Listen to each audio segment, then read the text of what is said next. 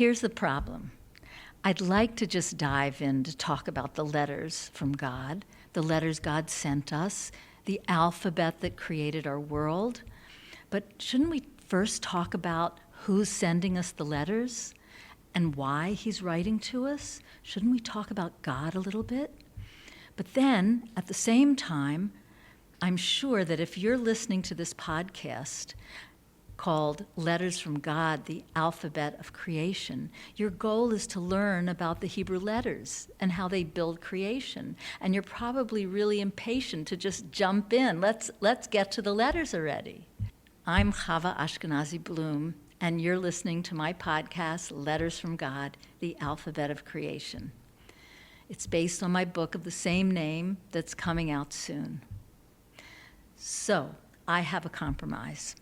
For those of you who want to hear more in depth about God and why he chose to create this world, you can listen to the first 2 episodes of my podcast. It's all about relationship. I'll put the links below in the email. In this podcast, I'll just give you the bare bones of the who and the why, and I'll add some new information as well. The next episode will begin to talk more about the hows of God's building project. God is infinite and eternal. How could he have created us?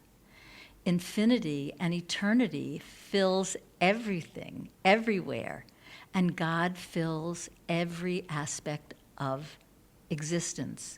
God actually is existence, and time and space are just his creations. He transcends everything. So, since God extends everywhere endlessly, where could there be room for something else? Where could there be room for us, for a creation? Now, since you're living in 2026, it may stick in your throat that I'm using the pronouns him and he and his for God, and not she, her, and hers. And so that brings up the question, is God male, or what's God's gender? So I'd like to look at this elephant in the room. But what I want to discuss is not men and women and their roles in society. That's a whole other discussion. But the archetypes of masculine and feminine as expressed in Kabbalah. So please stay with me now down this little rabbit hole because it really is relevant. Here I'll be talking about archetypes, the archetypes of masculine and feminine.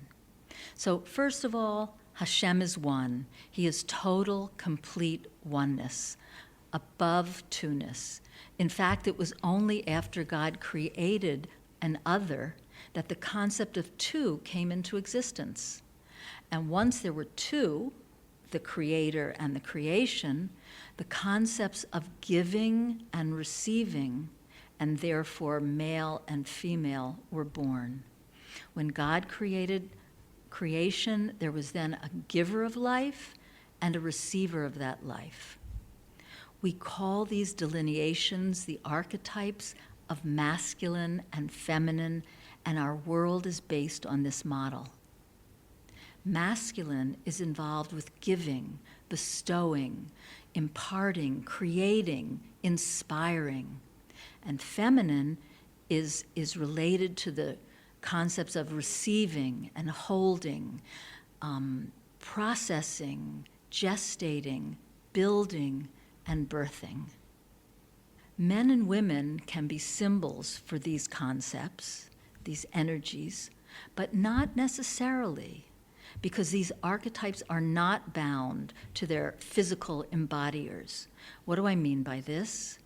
Teachers, for example, are masculine. A teacher is embodying masculine energy because they're giving over their wisdom to their students who are feminine receivers of that energy. And this is true even when the teacher is female and the student is male. Another example of a mother and her nursing son. She is masculine to the baby's feminine. A giver of tzedakah is masculine to the feminine receiver of that gift, even when both are men or both are women. And we move through these roles constantly in our lives. Sometimes we're embodying one energy and other times another, but we flow through this. And even Hashem, who often appears with the masculine energy of creator and bestower of life, also appears with the feminine energy of Shekhinah, the divine presence that is dwelling within the world.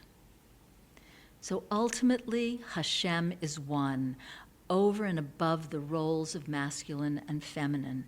Hashem appears essentially as love and compassion, but he acts in the world in different ways, according to what he's doing, or what Hashem is doing, I should say.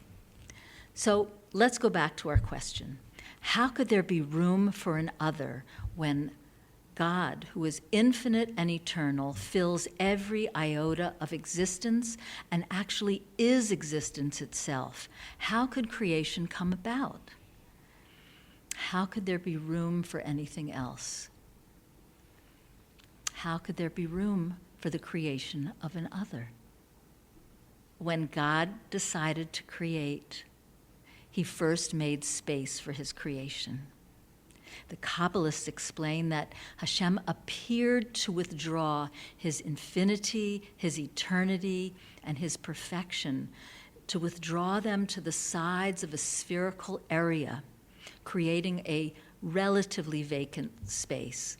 I say relatively because it's missing infinity, eternity, and perfection, but there was still a glimmer of all the other characteristics.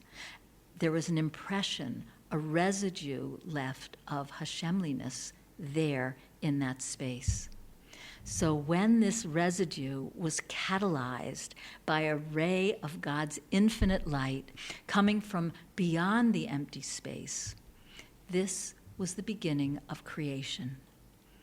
This creation happened in a series of fits and starts, moving progressively from absolute no-thingness, nothingness, down to us, finite, temporal, and palpable. This was the cosmic Big Bang that created this wild and wonderful universe. It all stemmed from God's original vision of creation. But what was the creation that he desired? Why did God choose to create a world? So that's debated back and forth among the sages, but one reason seems to include all the others. Rav Shmuel ben Ami taught in Bereshit Rabbah that Hashem desired to actualize a loving relationship with an other. And because there was no other, God created us, this cosmos and this reality we live in, comprised of many worlds and dimensions and creations that we're barely cognizant of. And as I mentioned earlier, if you want to look further into this topic, I invite you to listen to the first 2 episodes in my podcast. It's all about relationship. But now, let's go a little deeper into the hows of creation. How did God go from his total etherealness of infinity, eternity, and perfection, and total non-physicality, all the way down to us, finite, imperfect, flesh and blood beings? How did this creation happen? So I'd like to suggest a metaphor. Imagine an artist who envisions a beautiful painting, one that he wants to create. He first needs to choose the paints, the colors he'll use for his palette, and he owns an infinite array of colors from which to choose. Based on his vision, he selects 10 primary colors that will help him express his vision in the best possible way. But then he also needs a way to transfer his colors from his palette to the canvas. he needs brushes. And here, too, he chooses from an infinite array of brushes, assorted sizes, shapes, and types, each one creating a unique stroke. He selects 22, and with these 22 brushes, he lays down his 10 colors and creates the painting that best expresses his vision. So too, from his infinite qualities and attributes, Hashem has chosen 10 specific qualities called the Sfirot, through which he created the reality that will actualize his vision of loving relationship. He has painted these Sfirot into our world through the 22 brushes of the Aleph Bet.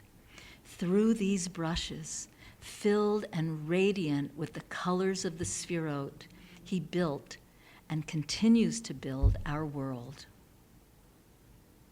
In our next episode, we're going to take a quick look at his colors, and then we'll move on to exploring God's brushes, the 22 letters of the Aleph Bet.